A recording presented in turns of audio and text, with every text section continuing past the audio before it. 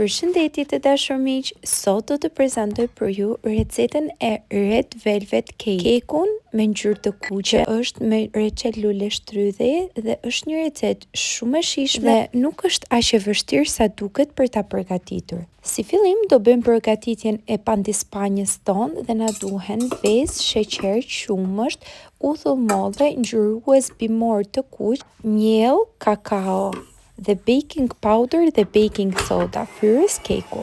I marrim 5 kokra të vezëve dhe i fusim në mikser me sheqerin derisa të na bëhet një shkumë e bardhë. Dhe kjo zgjat për 5-10 minuta. Më pas marrim qumshin, qumshi duhet të jetë i vakët dhe në të i hedhim uthullën e mollës.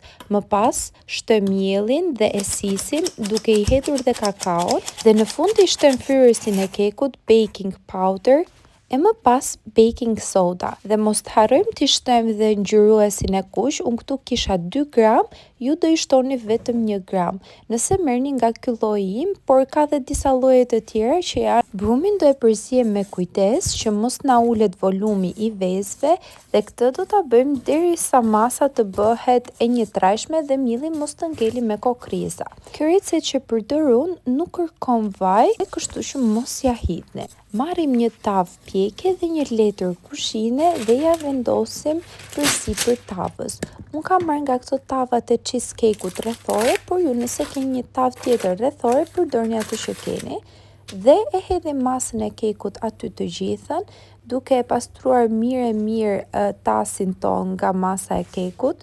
Dhe më pas e vendosim në furr. Furrën e kemi graduar me 160 gradë dhe lëm aty derisa të piqet, përafërsisht nga furra juaj 40 deri në 50 minuta. Ndërkohë që keku po piqet, marrim një tenxhere dhe vendosim 2 kanaçe nga këto qumshi panda, qumësh i kondensuar, sepse do të përgatisim mbushjen e kekut. Tek qumshi panda do shtojmë dhe krem pana, 700 gram qumësh panda dhe 400 ml pana për ëmbëlsira. I përzihem mirë derisa qumshi panda dhe pana të jenë përzier bashkë dhe të jenë bërë të njëtrajtshme. E vendosim në zjarr dhe e lëm të zihet derisa masa të shtërojë dhe të trashet në këtë lloj forme. E përzihem her pas here që mos të na ngjitet dhe më pas e vendosim të nxehtë në një tas dhe e lëm të ftohet për 3-4 orë.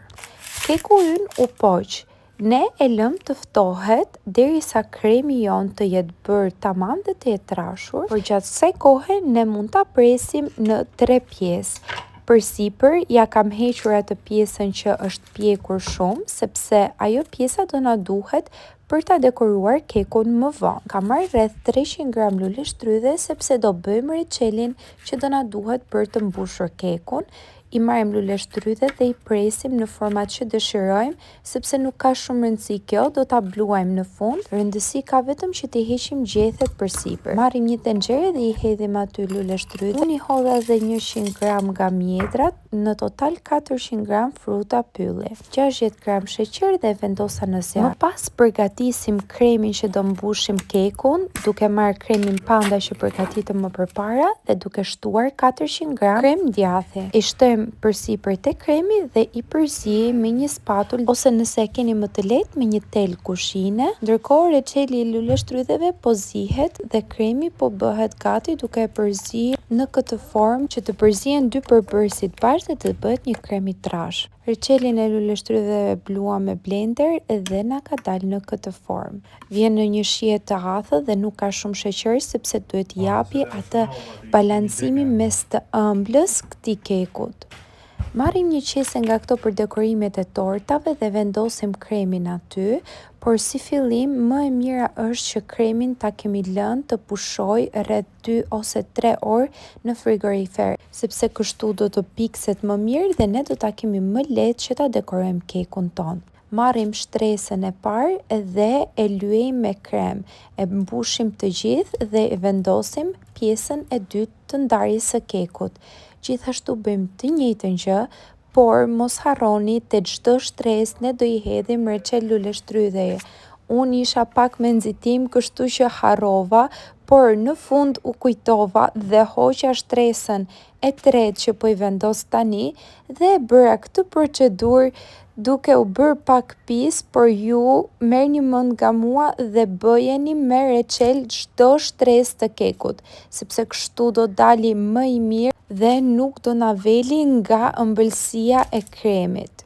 Si që shihni edhe në video, unë hoqa pjesën e tretë dhe i hodha reçelin përsipër në këtë formë, kështu do e bëni dhe ju. I vendosa dhe shtresën e tretë përsipër dhe e lash një natë në frigorifer. Të nesërmen keku ishte mpiksur dhe unë mora këto grimcat e kekut që ja hoqa në sipërfaqe dhe i bluajta me dorë dhe ja vendosa anash kekut që të marrja të pamjen më të bukur. E si përfundim, mora reçelin e luleshtrydheve që përgatitëm dje, e vendosa në një nga këto qeset e dekorimit të tortave dhe e përhapa në të gjithë cepat e tortës për t'i dhënë një pamje më të bukur. Kisha ruajtur disa luleshtrydhe nga tje, i preva në këtë formë duke mos ja prerë të gjithë copën dhe e hapa kështu duke u dukur më bukur. I vendosa 4 copë për t'i dhënë një pamje më të bukur, më pas vendosa një zemër në mes duke dekoruar me reçelin e luleshtrydheve që na ngeli. Mua më pëlqeu shumë rezultati dhe jam shumë e kënaqur me këtë kek që përgatita. Shpresoj që edhe ju ta pëlqeni dhe t'i jepni vetes një shans duke besuar se do ja dilni për ta realizuar këtë kek kaq të bukur dhe të shijshëm. Dhe ta surprizoni familjen tuaj duke ju thënë, wow, ti e ke bërë këtë kek? E pse ta blejmë në pastiqeri kur ne mund ta realizojmë fare thjesht dhe lehtë në shtëpitë tona. Ju falenderoj që më ndoqët deri këtu dhe ju lutem më bëni subscribe për të më ndihmuar.